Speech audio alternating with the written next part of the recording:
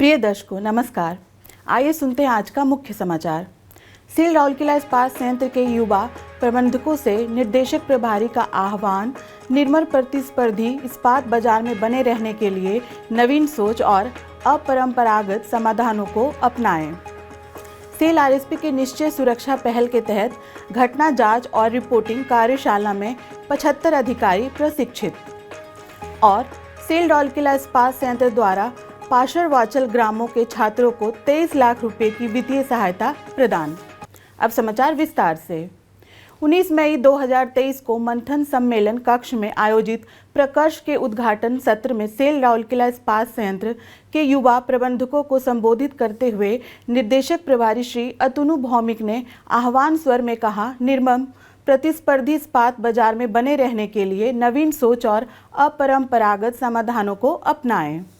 सत्र ने विशिष्ट रूप से डिजाइन की गई एचआर श्रृंखला की शुरुआत को चिन्हित किया, जहां निर्देशक प्रभारी विचारों का सृजन, व्यवहार्य समाधानों पर चर्चा और उभरते युवा अगुओं को कार्यस्थल पर उत्कृष्टता के लिए प्रेरित करने हेतु इस्पात संयंत्र के युवा प्रबंधकों के समूह के साथ आमने सामने बातचीत करेंगे। कार्यपालक निर्देशक सकार श्री एसआर सूर्यवंशी और कार्यपालक निर्देशक कार्मिक एवं प्रशासन श्री पीके सतपति भी इस अवसर पर उपस्थित थे। आरएसपी के आयरन एवं स्टील जोन के विभिन्न विभागों के 30 युवा अधिकारियों ने सत्र में भाग लिया। श्री भौमिक ने संयंत्र के प्रदर्शन के स्तर को बढ़ाने की सख्त आवश्यकता पर जोर देते हुए कहा, हमें लागत को प्रभावी ढंग से प्रबंधित करना होगा और तेजी से बदलते बाजार की गतिशीलता के सामने स्थिरता और लाभप्रदता को सुनिश्चित करने के लिए तकनीकी आर्थिक पहलुओं को सुधारना होगा। उन्होंने अधिकारी समूह को अपने विचारों को साझा करने और संयंत्र की प्रगति में बाधा डालने वाले अड़चनों को दूर करने के लिए दीर्घकालीन समाधान विकसित करने का आग्रह किया। इसके अतिरिक्त श्री भौमिक ने आगामी वर्षा ऋतु की चुनौतियों के लिए आवश्यक तैयारियों के महत्व पर बल दिया। डीआईसी ने सुरक्षा पर भी बल दिया और सुरक्षा के व्यवहारिक पहलू पर ध्यान केंद्रित करते महत्वपूर्ण मापदंडों के सांस्कृतिक परिवर्तन लाने के लिए सभी से आग्रह किया। आपको आरएसपी की एक गौरवपूर्ण धरोहर विरासत में मिली है और मुझे यकीन है कि बेहतरीन युवा पीढ़ी इस तरह से इसे और अधिक जीवंत बनाकर इस्पात संयंत्र को गौरव पथ पर ले जाएगी। श्री सूर्यवंशी ने युवा अधिकारियों को समस्याओं के लिए भिन्न सोच वाले समाधानों को ढूंढने और अपने संबंधित विभागों में परिवर्तन लाने के लिए नवीनतम तकनीकों को जल्द से जल्द अपनाने का आह्वान किया।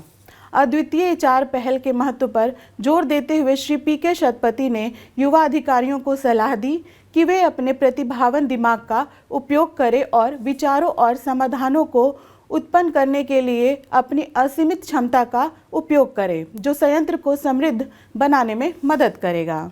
इसके बाद हुए विचार विमर्श सत्र के दौरान युवा अधिकारियों ने अपने अपने विभागों के भीतर चुनौतियों और मुद्दों के बारे में उपयोगी चर्चा की।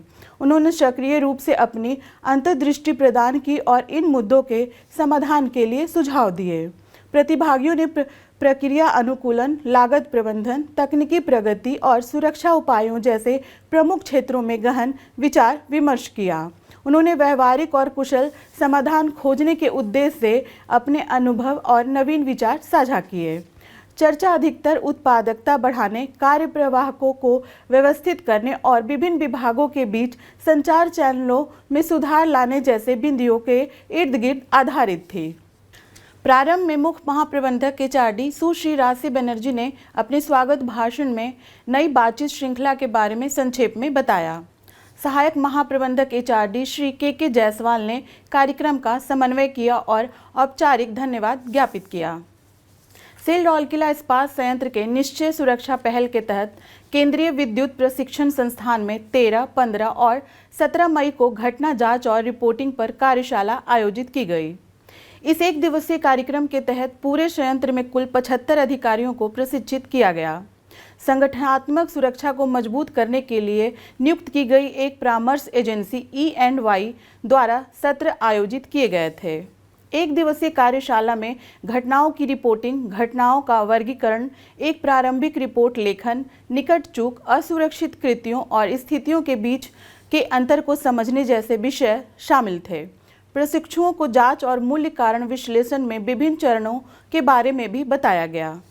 घटनाओं के वास्तविक जीवन के उदाहरणों पर चर्चा की गई और प्रशिक्षुओं ने वाई ट्री पद्धति का उपयोग करके प्रमुख कारकों पर पहुंचने के लिए टेबल टॉप पद्धति वाली जांच पड़ताल की।